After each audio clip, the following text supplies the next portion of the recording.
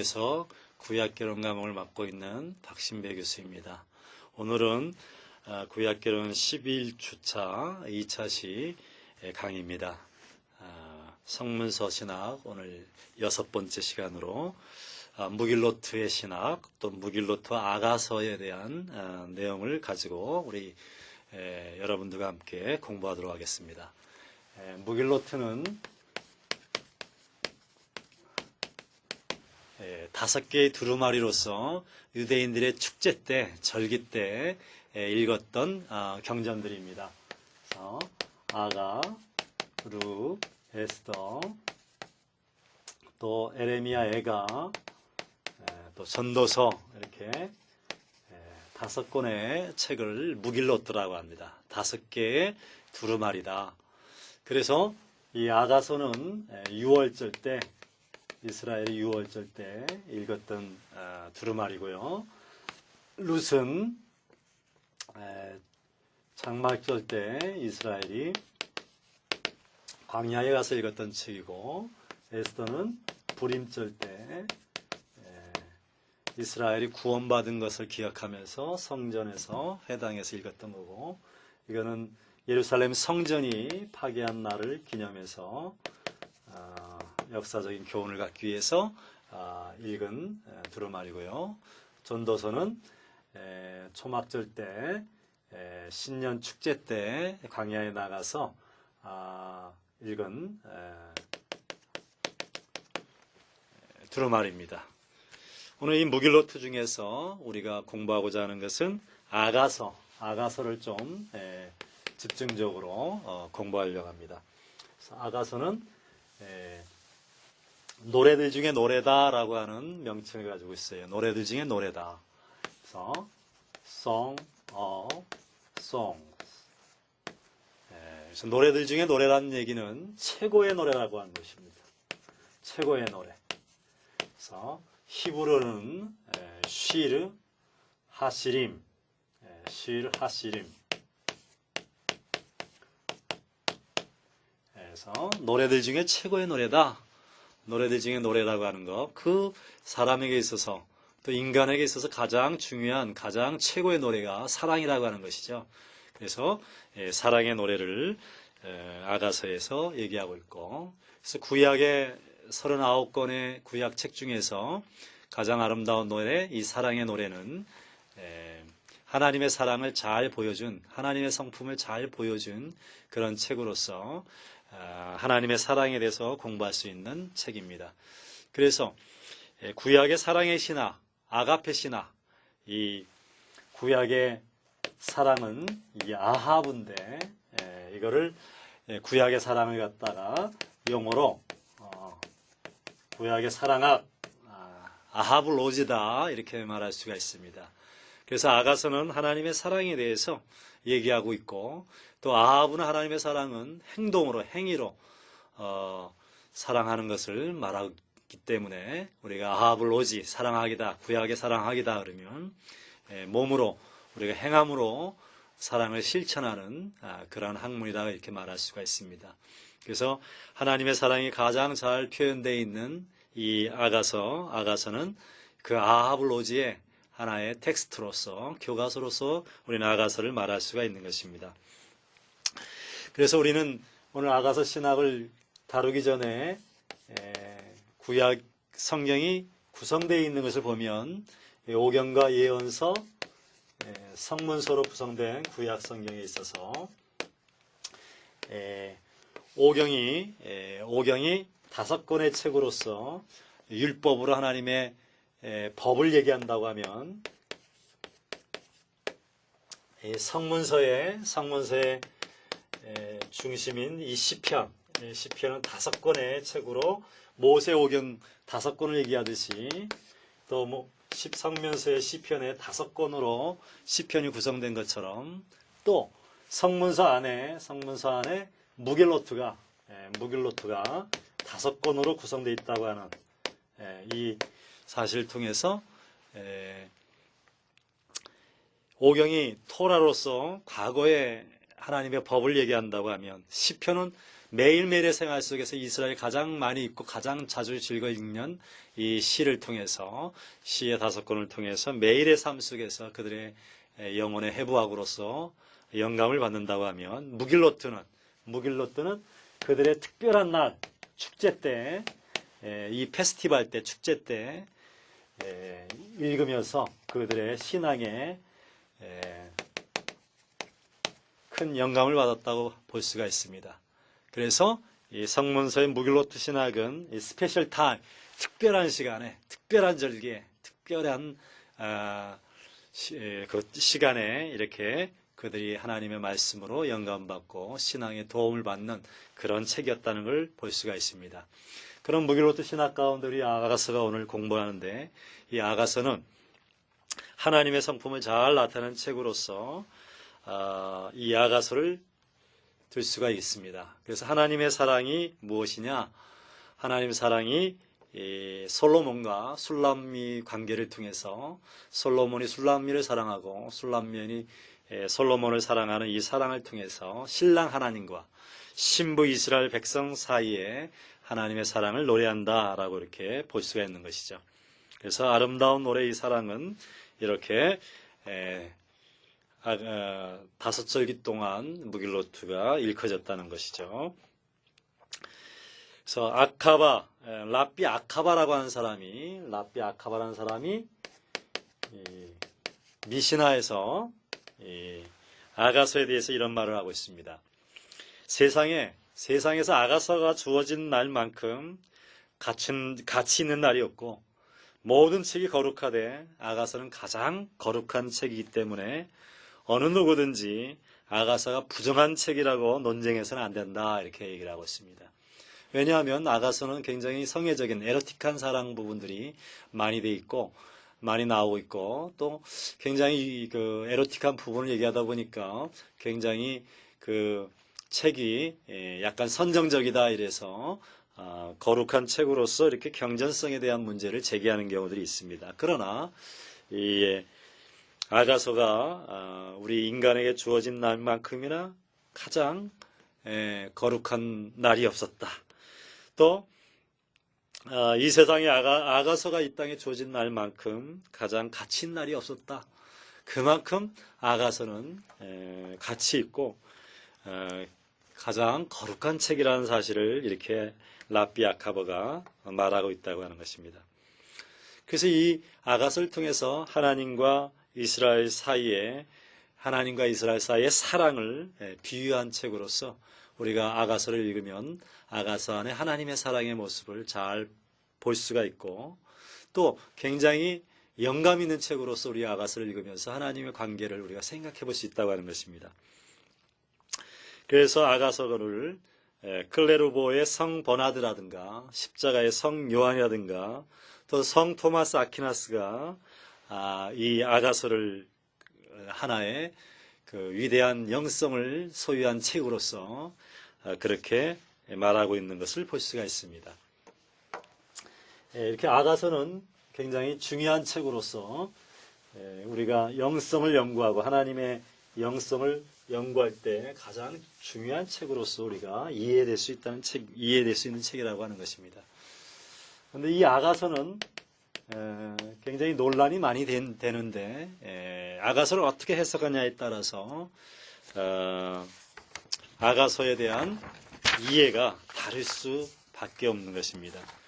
그래서 아가서를 우의적으로 해석하는 사람들인데 이걸 알레고리칼하다 이렇게 말합니다. 알레고리칼. 그래서 우의적으로 굉장히 비유적인 면에서 알레고리칼하게 해석하는 경우들이 많이 있습니다. 그래서 알레고리칼한 해석들은 아비멜렉의 사사기 9장에서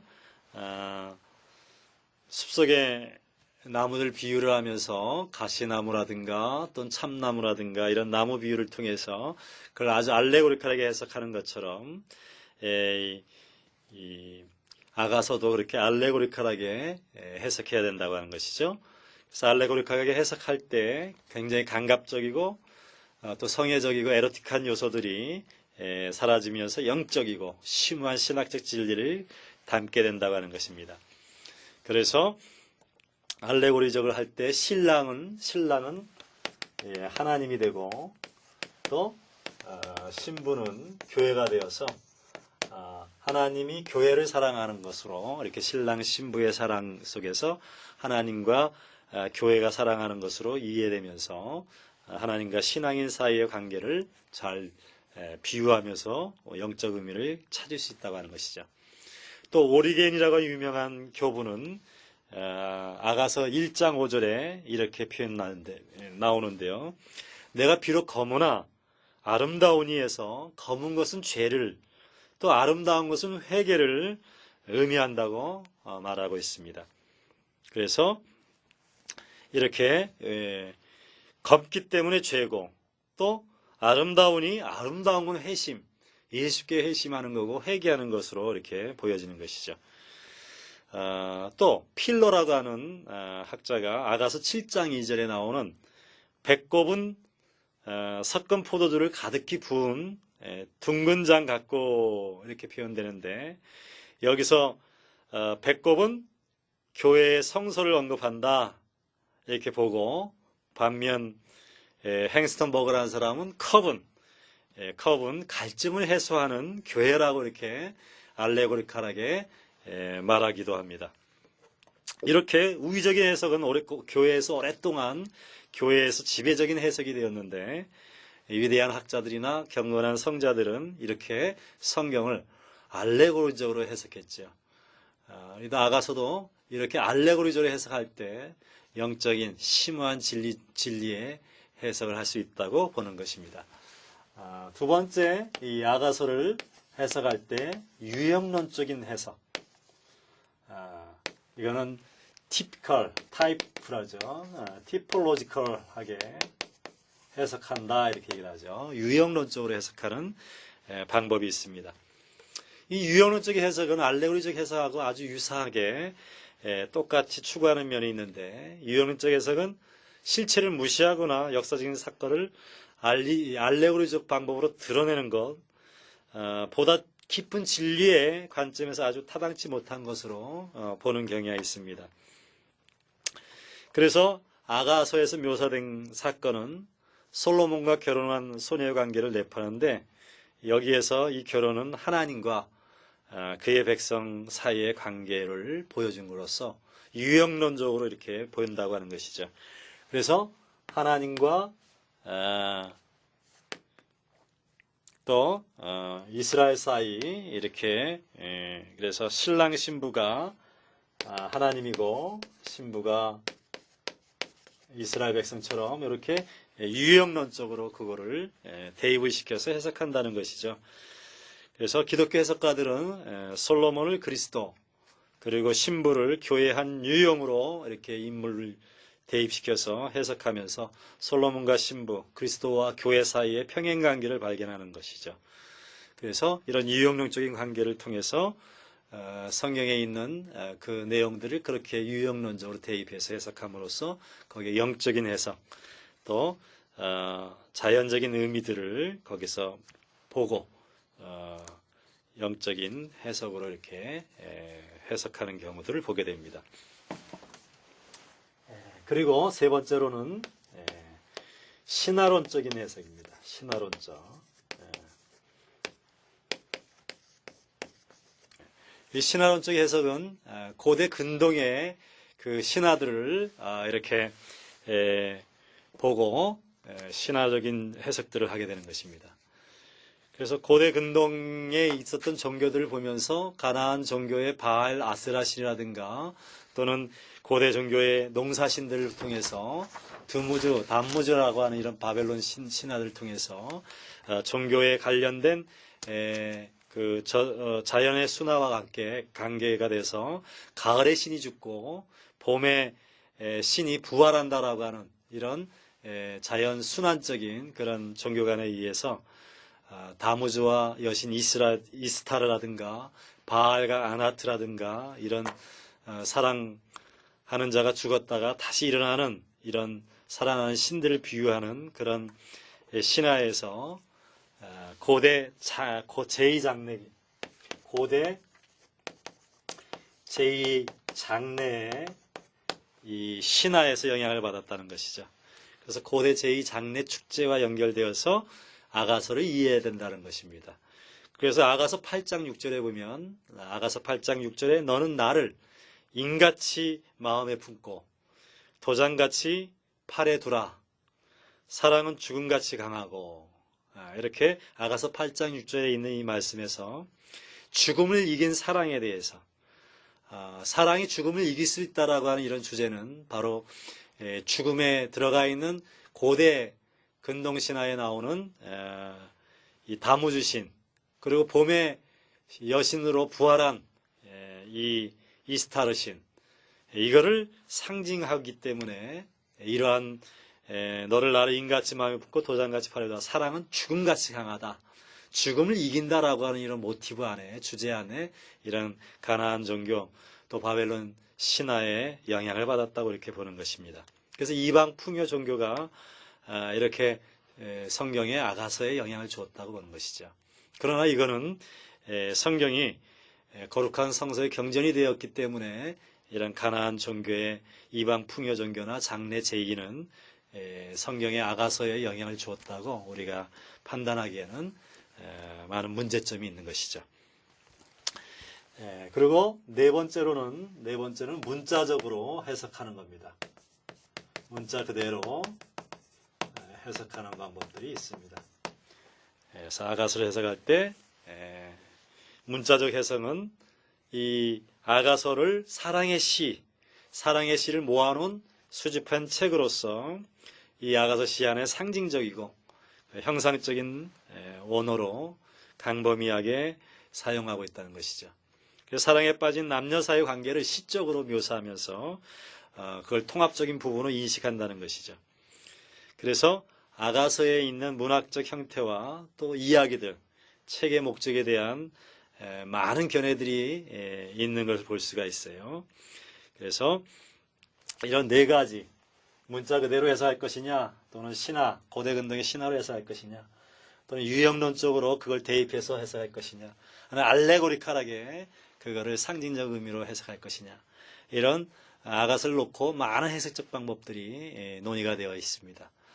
우리는 이런 해석적 방법들 가운데 그동안 알레고리컬하게 그거를 영적으로 해석한 부분들이 있는데 오늘 우리는 아가서를 보면서 역사적, 배경적 또 이런 많은 방법들 속에서 아가서가 얘기하고 있는 그 의미들을 우리가 살펴보고 또 그리스도론적으로 우리가 아가서에 있는 메시지를 해석할 때 바른 또 해석이 될 수 있다는 사실을 기억하시길 바랍니다.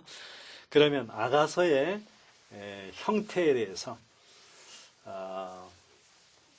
우리가 개론적인 문제를 한번 또 다뤄보도록 하겠습니다. 아가서의 문학적 형태.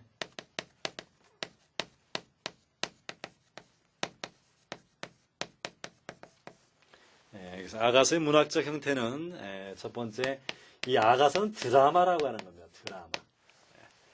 아가서가 드라마라고 하는 것은 이 아가서가 쭉 이야기가 기승전결 있어서 처음에는 서곡의 형태에서 이렇게 뭔가 부족한 부분이 있다가 그 다음에는 좀 전개되면서 그게 갈등을 일으키고 그다음에 대단원에 이르게 되면서 절정에 이르고 나머지는 해피엔딩으로 이루어진다라고 하는 이런 드라마.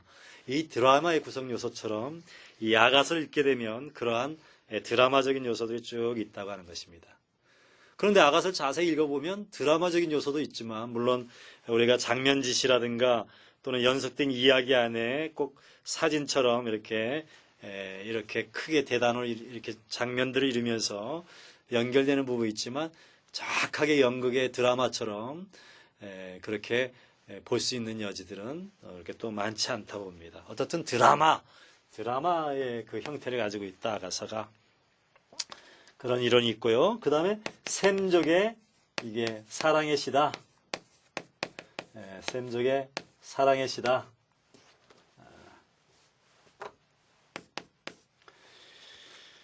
그래서 아가서는 그 시의 형태로 기록되어 있으면서 고대 근동의 사랑시와 비교해 볼 때 굉장히 문학적 특징과 언어에서 유사하다. 그리고 여기에 이제 아가서에 서로 형제 자매를 이렇게 언급하고 있어서 그런 형제 자매를 언급하는 것이나 또 왕정 그 궁정에서 일어나는 어휘들이 사용되고 있어서 이 시들이 하나의 시적인 요소로서 셈족의 사랑의 시라고 보기도 하고 육체적인 생김새라든가 또 아름다움을 굉장히 신체 부위에 따라 상세하게 묘사하고 있어서 이것은 굉장히 셈족 사이에 많이 발견되는 종류의 사랑의 시라고 볼 수 있다는 것이죠. 또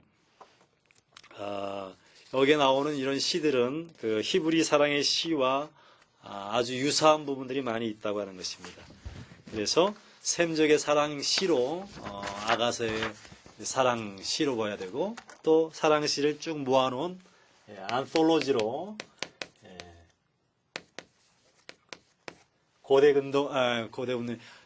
팔레스틴의 이 히브리적인 여러 사랑의 시들을 쫙 모아놓은 그런 사랑의 선집으로 봐야 된다고 하는 것입니다. 자, 이렇게 사랑의 시에 대해서 보는 입장이나 또는 사랑의 셈족의 사랑 시로 보는 입장이나 이런 두 가지 형태들이 이 안에 크게 문학적 형태 안에 논란의 여지들이 있는 것입니다. 그래서 우리가 사랑의 시로 선집한 거를 이렇게 보면 이게 그 드라마적으로 이렇게 쭉 이야기가 전개되는 것 속에서 문제점들이 있는 것들을 우리가 커버할 수 있고요. 이렇게 보완할 수 있고 또 드라마적으로 보면 또 드라마적으로 쭉 익힐 수 있는 부분들이 굉장히 아가서 안에 많이 있는 걸 볼 수가 있습니다. 그래서 이런 우리가 아가서를 읽을 때 이런 문제점들을 보면 아가서를 좀 더 잘 이해할 수 있게 되는 것입니다. 그러면 세 번째로 이 아가서의 스토리에 대해서, 아가서 이야기에 대해서 우리가 한번 다뤄보도록 하겠습니다. 이 아가서 이야기 안에는 아까 안솔리다 얘기하는 것처럼 사랑의 시들을 쭉 모아놨기 때문에 이거는 어떤 드라마적인 어떤 일관된 주제를 찾을 수 없다고 하는 것이죠. 그래서 책의 통일성을 찾기는 굉장히 문제점이 많이 있는 것이라고 보는 것이죠. 그래서 주제적인 일치성은 조금 있지만 여러 가지 많은 연속된 사진의 형상들이 모아진 것이다 라고 하는 이런 입장들이 있는 걸 볼 수가 있습니다. 그래서 주로 아가서는 사랑시의 선집이다라고 하는 입장들이 좀 많은 그 설득력을 가지게 되는 것이죠. 그리고 두 번째로는 이 아가서 안에는 새 인물이 등장하고 있어서 새 인물 설로 볼 수 있습니다. 그래서 이 지금 아가서의 스토리라고 하는 입장에서 볼 때 솔로몬이 나오고 그 다음에 술람미 여인이 나오고 목동이 나옵니다. 그래서 이 솔로몬은 술람미 여인을 굉장히 사랑하는 거예요. 근데 솔로몬은 또 자기가 고향에서 사랑했던 그 목동을 사랑하는 것이죠. 그래서 이 삼각관계의 이야기가 이 새 인물 등장설로 해서 나중에는 술람미 여인이 목동을 찾아서 자기 사랑을 찾아서 이렇게 떠난다라고 하는 그런 새 인물설로 이렇게 해석하는 그런 부분들이 요 근래에 많이들 이제 설득력을 얻고 있어요. 그래서 솔로몬이 아무리 술람미 여인을 사랑할지라도 술람미 여인은 자기 마음속의 사랑인 목동, 고향 친구였던 그 목동을 찾아서 자기의 사랑을 찾아 떠난다. 그래서 솔로몬을 그리고 솔로몬의 군대도 이기고 죽음까지 넘어서서 그렇게 사랑을 찾아 떠난다는 이야기가 이 새인물 등장서로서 오늘날의 자유연애 사상의 입장에서 이렇게 해석하는 그런 부분들이 있다는 것이죠. 그래서 이 새인물 등장설에 보게 되면 솔로몬이 여러 왕비를 거두면서 그 중에 첩으로서 궁정에 술람미 여인을 데리고 오지만 술람미 여인은 이 바람둥이 솔로몬 왕의 불경영한 결혼 동맹 또 여러 여자들을 데리고 있기 때문에 그 속에서 술람미 여인이 자기 사랑하는 사람을 찾아 나선다는 그런 부분으로서 새 인물서를 이제 지지하는 그런 이론이 아가서의 절정인 아가서 8장 6절, 8장 6절 7절에 나오는 그 이야기로서 이런 목동 가서를 크게 지지해 준다는 것입니다. 이 사랑은 많은 물이 꺼치지 못하겠고 홍수라도 엄몰하지 못하나니 사람이 그 온 것을 다 주고 사랑과 바꾸려 할지라도 오히려 멸시를 받으리라. 이렇게 새 인물서를 지지하는 설이 바로 이런 본문이라는 거죠. 아무리 이 사랑을 많은 물을 꺼치게 하려고 해도 또 홍수라도 엄몰하지 못한다.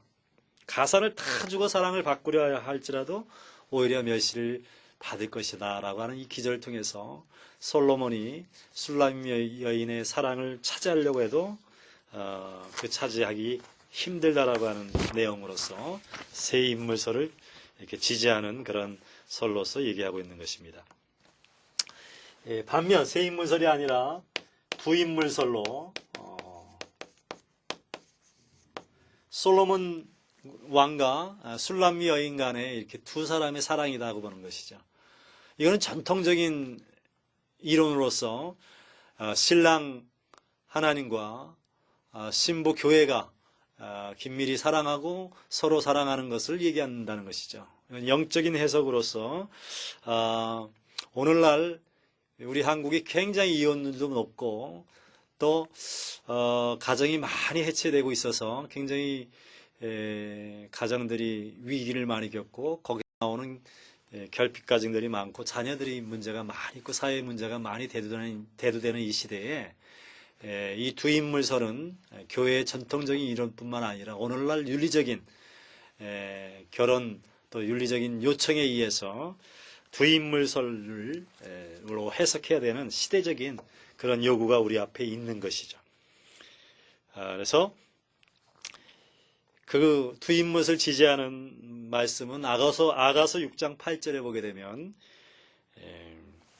왕후가 60이요 비빈이 80이요 시녀가 무수하되 나의 비둘기 나의 완전한 자는 하나뿐이구나 이렇게 나왔습니다. 아가서 6장 8절에. 그래서 두 인물서를 지지하면서 솔로몬이 젊었을 때 아가서를 썼다고 그래 보는 것입니다. 그래서 이제 나중에 아가서의 그 솔로몬이 나중에는 이제 그 자신이 이제 여러 부인들이나 또 정치적인 관계 속에서 후궁을 들여드리면서 자신이 후회하면서 오직 나의 사랑은 술람미 여인이라고 이렇게 고백을 하면서 솔로몬이 그의 젊었을 때 썼을 뿐만 아니라 또 솔로몬이 사랑하는 여인은 술람미 여인이었다라고 하는 그런 두 인물설로 솔로몬의 이 사랑 이야기를 해석하는 것입니다. 그래서 오늘날 우리가 이 아가서의 이 스토리를 가지고 해석할 때 두 인물설의 영적인 해석뿐만 아니라 오늘날 가정이 해체되고 있는 이런 시점에서 우리가 윤리적으로 가정의 보호와 또 크리스천 가정으로서 이 가정의 그 유지를 위해서 두 인물설로 우리가 해석을 하고 또 그렇게 두 인물로서 이해하는 것이 더욱 중요하다는 사실을 우리는 아가서 해석을 통해서 아가서의 이야기를 통해서 우리가 알게 되는 것이죠. 자, 그러면 이제 아가서의 목적에 대해서 우리가 한번 공부하도록 하겠습니다.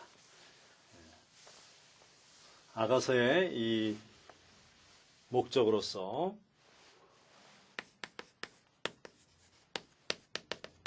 아가서가 어떤 목적을 가지고 아가서가 쓰여졌냐 하는 것입니다. 아가서가 쓰여진 목적은 첫 번째 아가서는 결혼의 노래, 결혼식의 노래로서 아가서를 썼다는 것입니다. 또 아가서는 이 교훈을 주기 위해서 아가서가 쓰였다는 것입니다. 그리고 세 번째로는 인간 사랑의 축하, 인간 사랑의 축하 찬양으로 이 아가서가 기록됐다고 하는 것입니다. 그래서 아가서가 어떤 목적으로 이렇게 쓰여졌느냐라고 하는 문제는 우리가 또 아가서를 이해할 때 중요한 문제 중에 하나가 되는 것이죠. 아가서에 보게 되면 아가서에는 하나님이라고 하는 말이 없어요. 하나님에 대한 언급이 전혀 없어요.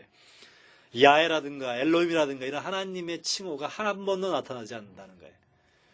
그래서 얌리아에서 구약 성경을 정경할 때 이 아가서가 이 정경으로서 가치가 없다. 하나님의 이름이 한 번도 안 나왔는데 이걸 정경으로 집어넣기엔 좀 문제가 있다. 논란이 된다. 이렇게 해서 아가서를 정경에서 빼려고 했었어요.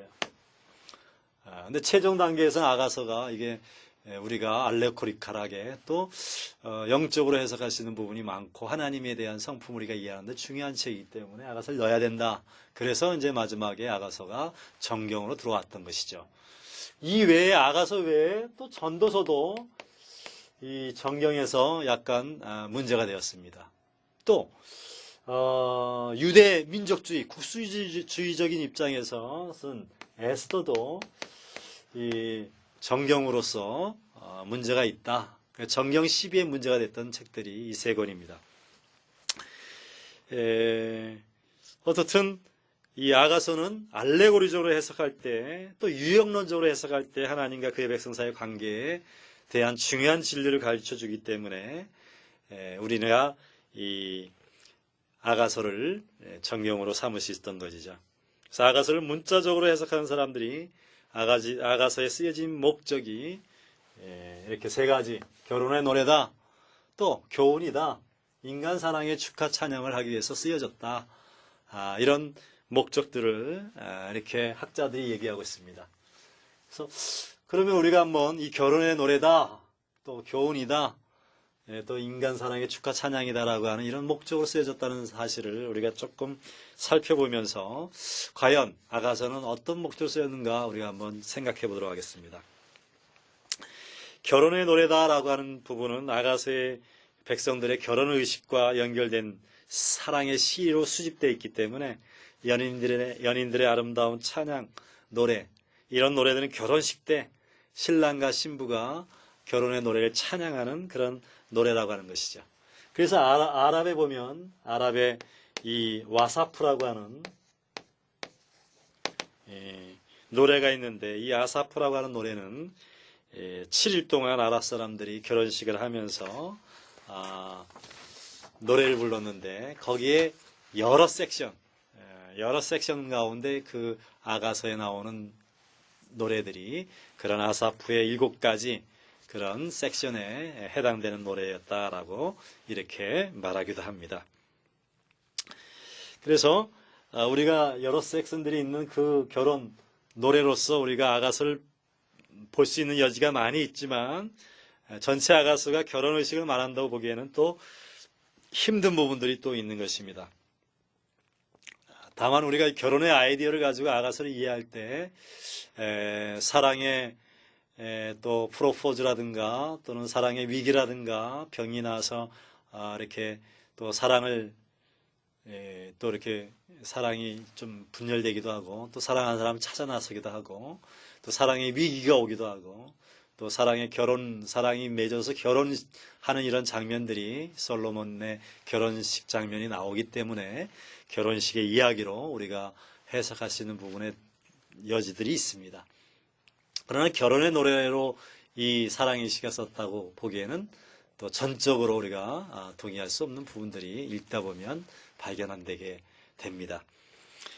두 번째로는 이제 교훈으로 이제 아가서를 쓰여졌다고 하는데 이 사랑의 노래 가운데 인간에게 교훈적 가르침을 주기 위해서 쓰인 요소들이 있습니다. 인간의 사랑을 축하하는 걸 넘어서서 가르침 또 교훈적 목적을 가지고 아가서의 사랑의 노래들을 해석할 수 있는 것이죠. 그래서 알레고리적인 해석이나 유형적인 해석하는 사람들은 하나님과 그의 백성 이스라엘 사이에 심오한 가르침이 그 사이에 집어넣어 있다고 보는 것이죠. 그래서 남녀관계에 대한 중요한 교훈을 이 아가서에서 사랑 이야기를 통해서 배울 수 있다고 하는 것입니다. 그러나 정말 이 교훈을 주기 위한 그런 부분에서만 정말 이 아가서가 쓰여졌느냐, 그렇게 놓을 때 또 100%또 그렇게 교훈을 위한 사랑의 노래다라고 볼 수 없는 또 요소들이 또 있는 것이죠. 그러면 세 번째, 인간 사랑의 축가 찬양이다. 아가서의 주요 목적은 하나님의 선물로서 인간의 사랑을 찬양하고 축하하는 것이 그 전체를 볼 때 굉장히 많이 볼 수가 있습니다. 그런데 또 한편 이 솔로몬과 이 술람미 여인 관계 결혼식을 언급하는 말들이 나오고 또 소녀를 신부라고 이렇게 표현하고 있는 언급된 부분들이 있어서 이 사랑의 표현이 결혼 서역을 내포한 것이지만 결혼이 아가서의 초점은 아니라고 하는 것을 우리는 볼 수가 있습니다. 또 아가서의 이 사랑이 결혼의 완성으로 발전되고 육체적인 성적 사랑의 표현은 결혼 서역의 맥락에서만 적절하기 때문에 또한 우리가 성서를 통해서 표현된 요구된 성적의 사랑에 대한 표현을 가지고 남녀간의 사랑의 관계로만 우리가 딱 표현하게 되면 또 굉장히 에로틱한 그런 부분들이 있어서 이건 신앙 공동체 안에서 이 신랑과 신부의 이 사랑의 신비가 또 아름답고 놀라운 하나님의 선물로서 이해될 필요가 또 있다고 하는 것입니다. 그래서 인간의 사랑을 축하하기 위해서 아가서가 쓰여졌고 또 아가서는 하나님의 백성, 하나님이 그의 백성을 위한 보다 순수하고 고상한 사랑을 가졌다는 것을 보여주는 것으로 또 우리가 봐야 되는 것이죠.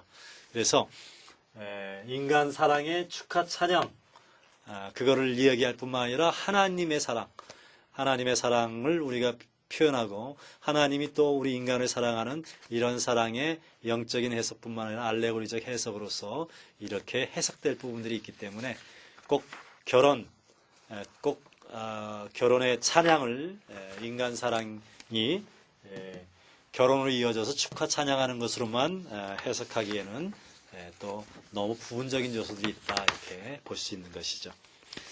어떻든 이렇게 아가서는 굉장히 그 사랑에 대해서 많은 것들을 우리에게 이야기를 해주고 있어서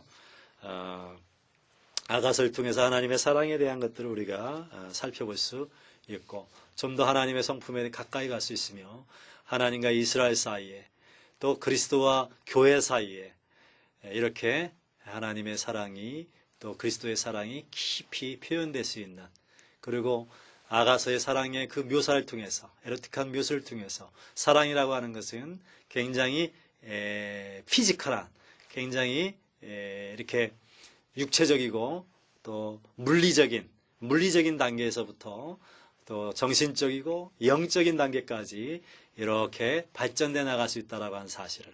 그래서 사랑은 관념적인 것들이 아니라 사랑은 실제 몸을 통해서 아합 사랑으로서 이렇게 행위로, 몸으로, 실천으로 사랑할 때만이 그 사랑이 좀 더 깊은 의미를 가지고 있다는 사실을 우리가 알게 되는 것이죠. 아가서를 쭉 1장부터 여러분이 8장까지 읽다 보면 아가서 안에 교차대급적 구조로 굉장히 아름답게 이 아가서가 이렇게 표현되고 있는 걸 볼 수가 있습니다. 그래서 7개의 언설로서 아주 이렇게 교차대급법적으로 이렇게 아름답게 이렇게 계속해서 이렇게 표현되고 있습니다. 이게 교차대급법적이라고 하는데, 그래서 교차대급법적인 구조로서 계속해서 연결되는데 마지막 중심에 있는 이 중심의 메시지는 결국 결혼식의 장면으로 솔로몬 이름이 언급되고 또 결혼식의 드라마틱한 아름 절정에 이르면서 4장 16절부터 5장 1절까지 이렇게 중심의 결혼식으로 이어져서 사랑이 결혼식으로 열매를 맺는 이런 교차대급적인 구조의 그 이야기 안에 중심에 결혼식이 있다고 하는 사실을 우리가 또 아가서를 보면서 배울 수 있는 것입니다. 자, 오늘 이 아가서 공부를 통해서 아가서가 가지고 있는 특징들, 그것들을 우리가 공부해 봤습니다. 그래서 아가서는 이 사랑의 신학, 또 아가페의 사랑을 우리에게 보여주고 있으면서 또 아합 로지로서 무기로트 신학 가운데 중요한 사랑의 신학을 보여주고 있다고 하는 것, 이거를 우리가 배울 수 있었습니다. 그래서 무기로트 신학 가운데 아가서 가장 중요한 6월절에 읽었던 작품으로서 이 아가서는 결정적인 이스라엘 결정적인 사건이 바로 이 출애굽인데, 출애굽을 기념한 그런 기념할 때 아가서를 읽음으로써 하나님과 이스라엘 백성 사이에 영적인 사랑, 사랑의 관계를 강조하고 또 사랑의 언약을 강조하면서 이스라엘 백성들이 하나님이 나를 이렇게 사랑하고 있구나, 신랑이 신부를 사랑하는 것처럼 신부가 신랑을 사랑하는 것처럼 이렇게 아름다운 사랑을 하고 있다는 사실을 읽으면서 그들은 하나님의 관계를 깊게 하고 하나님의 사랑을 깊이 느끼면서 그들이 교회 공동체 안에서 이렇게 역사를 만들어가고 이어가고 있다는 사실을 우리는 배우게 되는 것이죠. 자, 이렇게 아가서에 대해서 우리가 배웠습니다. 그래서 다음 시간 또 무기로트의 신학, 좀 더 룻기, 또 에레미야 애가, 또 에스더, 이 성문서의 신학을 좀 더 공부하면서 아가서, 무기로트의 신학을 좀 더 깊게 공부하도록 하겠습니다. 지금까지 끝까지 들어주시느라고 여러분 수고하셨습니다. 감사합니다.